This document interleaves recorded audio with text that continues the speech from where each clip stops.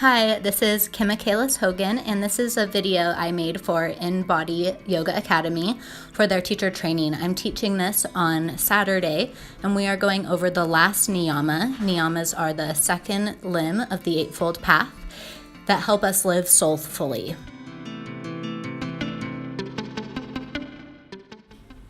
The last Niyama is Ishvara Pranidhana, which means offering up our actions to the divine and humanity.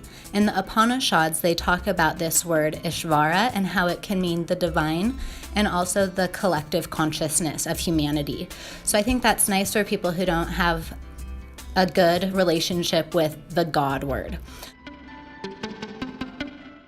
I think it's important for everyone to come up with for themselves their own personal relationship for the taste of the divine.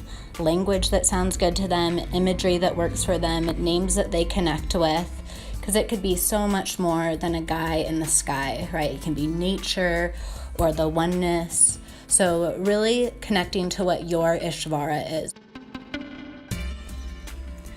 By practicing this, it helps shift our perspective. It helps us remember to align with and receive the grace of just being alive, the grace that's unfolding and that's within every moment, even the really challenging moments. And then we devote ourselves to serving that grace, to serving the magic that happens between the connection of people, even when the situation isn't good. How can we devote ourselves to that in a really heartful way?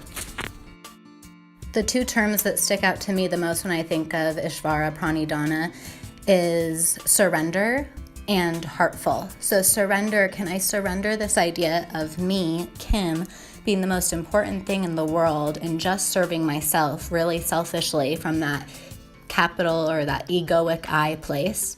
And instead, can I realize that I'm just one little small part of this world? I'm one small little part of this collective consciousness of humanity.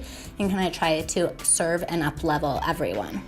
Can I try to serve that divine spark that I see? Can I try to chase the magic in life instead of focusing on my wants and my needs and how things aren't going my way? So that's a really big part for me, surrender. The second word, heartful, I like to think of as mindful. So Buddhists practice mindfulness, right? They bring their awareness to all of their actions, and that's considered mindfulness. So Ishvara Pranidhana could be called a heartfulness practice, to awaken our constant devotion to that divine spark, to that magic, and to keep our heart open to it all, good times and bad times. I really reiterate that, right? Can we be devotional and can we surrender our small needs or our egoic needs, the selfish I, and can we always be trying to figure out, like, how can this action be in service to humanity? How can my yoga practice be in service to humanity? How can me driving on the freeway help up-level humanity? Because humanity does need to be up-leveled, right? And that's why yoga becomes such an amazing transformative practice, because when we practice the yoga poses, then we start to learn about these deeper philosophies, and then we start to shift the way we live, and then we start practicing the yamas and the niyamas, and we start devoting ourselves in a really intentional way to not just improving ourselves, but helping humanity improve, and not just doing actions for ourselves, but offering our actions, offering the fruits of our actions up to a greater source.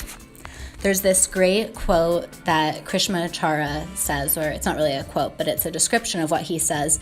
And he talks about how this practice, practicing Ishvara Pranidhana, is the most important thing that we can do because we're living in a time of Kali Yuga, which is the Iron Age. And in this age, humanity has fallen away from grace. So that's exactly what Ishvara Pranidhana is. It's inviting grace back into our life. Not really inviting it back into our life because it's already there, but waking up to the fact that it's there and serving grace, offering it up to grace, making that a really big focal point. E.K.S. Iyengar says in the translation of the Yoga Sutras, "Through surrender of the aspirant's ego is effaced, and grace pours down upon him or her like a torrential rain." I love that.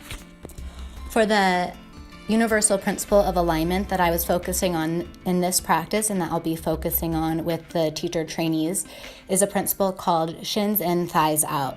This is about creating stability as we hug the shins to the midline, which is a part of outer spiral, and a part of freedom of broadening the thighs away from the midline. This is part of inner spiral.